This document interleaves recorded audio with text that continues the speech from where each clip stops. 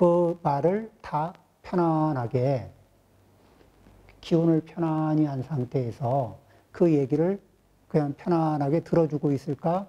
안 그러면은 그 이렇게 너는 도대체 뭐가 잘나서 나한테 그런 소리를 하는 거냐? 뭐 이런 식으로 반격을 하든지 어느 쪽인지 선택을 할 거 아닙니까? 그죠? 자, 우리는 보통 어느 쪽을 가요? 이제 반박하는 쪽으로 가는데 반박을 하면은 상대가 금방 진압될 거라고 생각했는데 반박을 해보니까 진압이 되든가요? 아니면은 말이 길어지고 둘 다 어느 순간에 진흙탕에 들어가서 개싸움을 벌이고 있더라.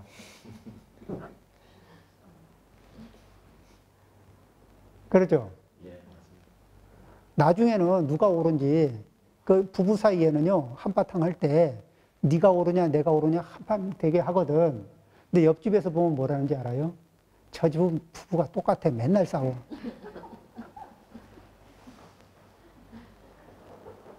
이렇게 되는 거예요. 그리고 실제로 싸우는 사람을 옆에서 보면은 그냥 비슷해 보여요. 왜? 업이 비슷하지 않으면 싸움이 안 납니다. 업이 비슷하지 않으면 싸움이 안 나요. 나만, 내가 혼자만 다르다고 생각하죠. 자, 그래서 나는 말없이 있었을 뿐, 그냥 말없이 그냥 그렇게 듣고만 있었을 뿐, 대꾸하지 않았고. 그러죠? 그리고 기운이 계속 차분하게 가라앉잖아요. 제가 이 경문의 이 구절을 보고 어느 노과사님이 막 열을 받아가지고 얘기할 때 가능하면 이 상태를 유지하기 위해서 노력하면서 편안하게 이야기를 들은 적이 있거든요. 그렇게 들어보니까 화가 났던 분도 막 말을 하는데 한 1분도 못 가서 이게 화가 목소리는 여전히 높은데 그 화난 기운이 왜 꺾이는 거 있잖아요. 그리고 한 1분쯤 더 지나니까 목소리가 잦아들어요. 차츰차츰. 한 3분을 못 넘겨서 말이 끝났습니다. 그런데 이거를 받아치면은 하루 저녁도 짧습니다. 하룻밤을 새는 것도 짧아요. 평생 싸울 수 있습니다. 아, 예. 그리고 싸우는 와중에 또 이렇게 어떤 걸 하냐면은 이런 멘트가 있죠. 부부싸움이란 두 외과 의사가 상대방에게 마취도 하지 않고 외과 수술을 해대고 있는 것과 같다.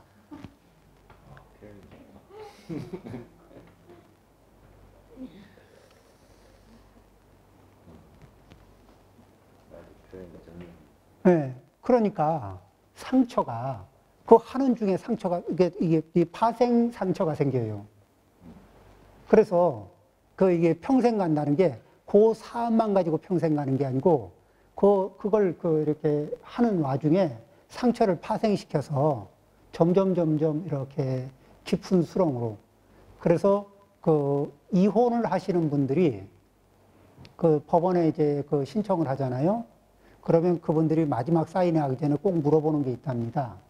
그래서 처음 싸움을 하시게 된 첫 번째 이게 싸움이 커지게 됐던 첫 번째 싸움이 어떤 내용이었어요? 물어보면 기억하는 사람이 거의 없어요. 이제 싸우다가 파생 상처가 그게 커지면서 결국은 꼴을 못 보는 단계로 진입을 하는 겁니다.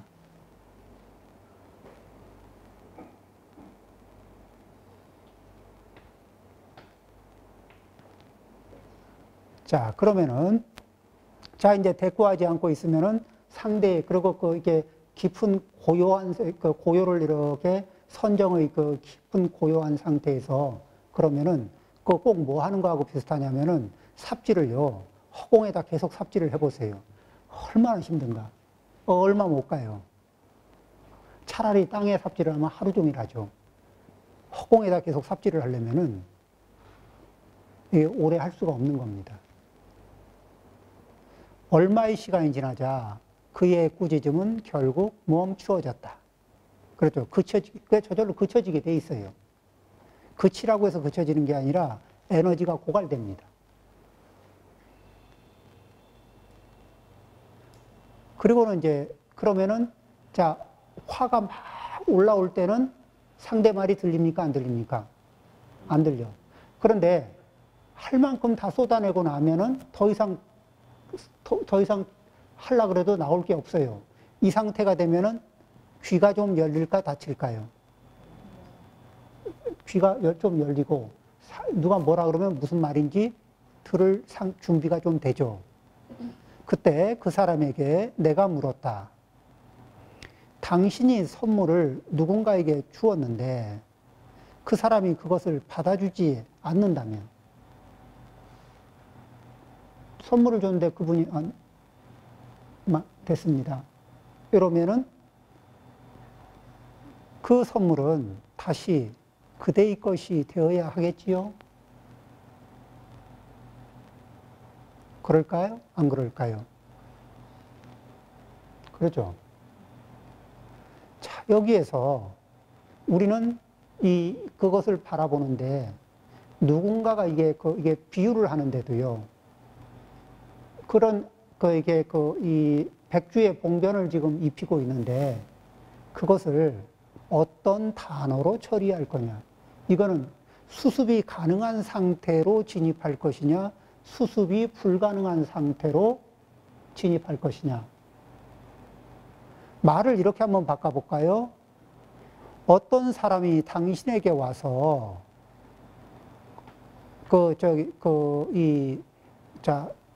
당신이 어디 가서 지랄을 떨었는데 그 사람이 그 지랄을 안 받아줬다면 그 지랄은 누구의 것이 되겠습니까? 이렇게 물었다고 쳐봐요.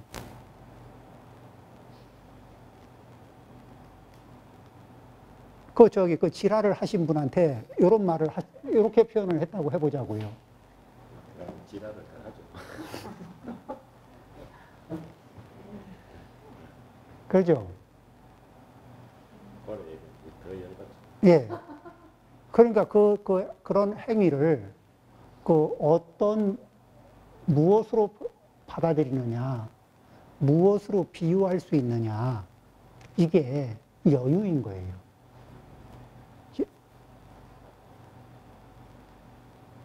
그러죠? 그래서 이제 평소에 체크하는 겁니다. 그때 조금 더 여유를 가지고 좀 여유롭게 말을 좀 그렇게 비유를 해도 이게 그걸 봐도 조금 여유 있게 볼 수 있으면 수습이 가능한 상태가 되고, 그거를 이북 사투리로 웬 개나발이야? 이러고서 하면은 이게 아주 이제 그 다음에는 이제 이게 막 넘어가는 거거든요. 막 루비콘 강도 넘어가고 무슨 강도 넘어가고 막 넘어가는 거예요. 돌이킬 수 없는 상황으로 접어들어 버립니다. 그런데 선물이라고 했습니다. 그렇죠? 그 사람의 행위, 그 사람이 한 행위, 업이 그것도 선물인 거예요. 좋은 선물에는 뭐 이렇게 좀 좋은 선물도 있고 불편한 선물도 있겠죠. 자, 어쨌든 전부 다 선물입니다. 당신의 것이 되어야 하겠지요. 그가 내게 대답했다. 다시 저희 것이 됩니다. 자, 이제 이게 대화가 가능한 상태로 가라앉은 거예요. 자, 이 상태에 진입하는 것이 굉장히 중요합니다. 자, 다시 한번 해볼까요? 부부싸움이란, 이 부부가 마치 두 외과 의사가 상대방에게 마취도 하지 않은 채로 외과 수술을 해대는 것과 같다. 그것도 제일 아픈 통증을 느낄 수 있는 자리에다가.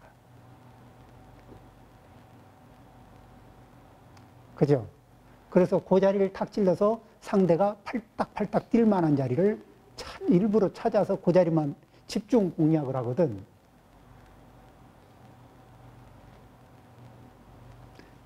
마치 이런 그릇에다가 미꾸라지를 넣어놓고 소금을 계속 효율적으로 소금을 뿌리는 것과 같이 아주 난리가 나게. 자, 그렇습니다. 그러니까 이 경전의 요 흐름을 한번 잘 보시면은 경전의 요런 흐름이 요거는 그 흐름을 가만히 보시면은 부처님이 자, 자비로우셔요? 안 자비로우셔요? 이렇게 염장을 와서 막 택도 없이 막 없는 말로 막 꾸짖었는데, 근데 그분에게 지금 이렇게까지 왔습니다. 그렇죠? 그에게 내가 말했다. 지금 그대가 나를 꾸짖었지만, 보통 이렇게 꾸짖으면은, 우리 범부 중생은 상대가 나를 꾸짖은 말을 이게 어디 땅에 떨어질까봐 다 챙기죠. 그리고 가슴에다 차곡차곡 쌓으면서 분노 게이지를 계속 올립니다. 그렇지 않던가요? 그리고는 효율적으로 분노의 양이 일정량이 넘어야 나도 상대를 한 대 때리는데 이 나만의 정당성을 이렇게 획득할 수가 있거든. 그런데 이거는 뭐죠? 악업을 행하기 위한 준비 작업들이에요. 그리고 악연을 만들어가기 위한 준비 작업들이라는 겁니다. 그러니까 우리가 기존에 이런 방식에 익숙했다면은 기존에 금생이 아니라 전생에 좀 이렇게 악업과 친숙했던 시간도 좀 제법 있었다는 얘기예요. 그러니까 악업에 친숙한 사람은 악업으로 문제를 해결합니다. 선업이 익숙한 사람은 선업으로 문제를 해결하려고 하죠. 그러니까 어떤 문제가 생겼는데 이 세상에서 그러니까 건달들이나 이런 분들이 문제가 생기면은 그분들은 그분들만의 해결책이라는 게 있을 겁니다. 그런데 공자님도 이 세상을 살면서 굉장히 많은 험난한 전쟁이 늘 빈번히 벌어지는 그런 전국 시대에, 춘추 시대죠. 이런 시대를 살았습니다. 그러면서 그 속에서 문제를 만나고 문제를 해결하고 그러면서 남긴 대화록이 논어입니다.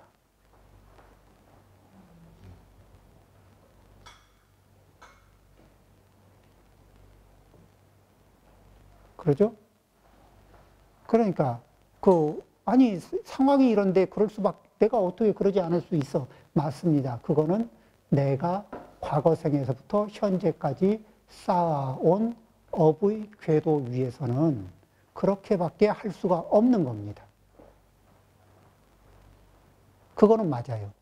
그런데 그렇게 업의 궤도에서 그렇게밖에 할 수 없는 이 여태까지의 삶을 계속 반복할 것이냐, 아니면 궤도를 수정할 것이냐.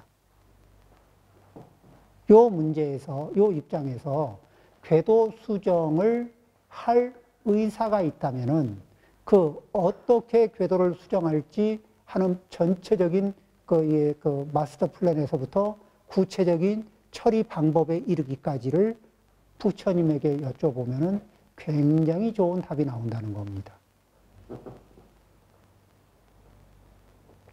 그렇죠? 자, 그러면 조금 더 읽어볼까요? 나는 그 꾸짖음을 조금도 받아들이지 않았으니 그대는 차연히 악업으로 인한 뭐죠? 사람을 이게 선업을 짓고 있는 사람, 청정업을 짓고 있는 분한테 와서 이렇게 악심으로 막 이게 뭐죠? 했으면은 그러면은 악업이, 자 보세요. 깨끗한 천에다가 껌정을 묻히면은 껌정을 많이 묻히든 적게 묻히든 깨끗한 천에서 하얀 천에 이게 껌정을 묻히면은 태가 많이 납니까? 적게 납니까? 많이 나죠. 그러면 검은 천에다가 검은 때를 좀 묻히면 좀 덜 나죠. 그러니까 탁한 사람한테 업을 지어놓은 거는 업이 좀 덜 심하고, 이렇게 이게 청정하고 맑은 분한테 업을 지어놓으면은 그 업이 작은 업도 큰 거예요.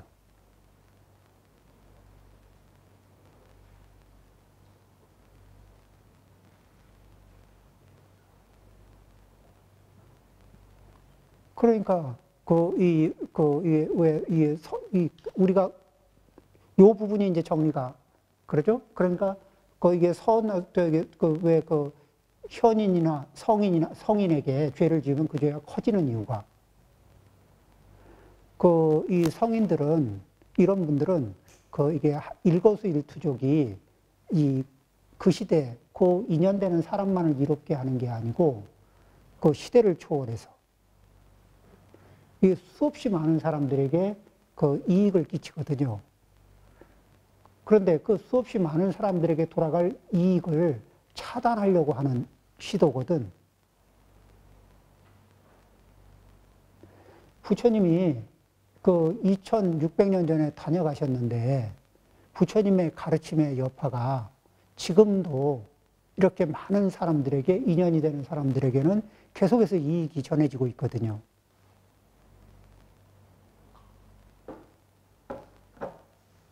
그런데 그것을 비방하면서 그 흐름을 끊으려고 했으면은 허물이 뭔 짓을 하려고 한 건지 본인이 모르는 거죠. 그러겠죠? 자, 그렇습니다. 그래서 이 악업으로 인한 재앙을 스스로 가져가서 그대의 몸에 쌓아둘 것입니다. 그러니까 그대에게 악업이 쌓일 것입니다. 그러면 그렇게 악업이 쌓이면은 업이 쌓이면은 과보를 받는다, 안 받는다? 당연히 받죠. 그렇죠? 자, 오늘 요 업이 쌓이는 문제, 요것은 좀 이야기가 좀 할 게 좀 있거든요. 조금 쉬었다가, 예, 이어서 하겠습니다.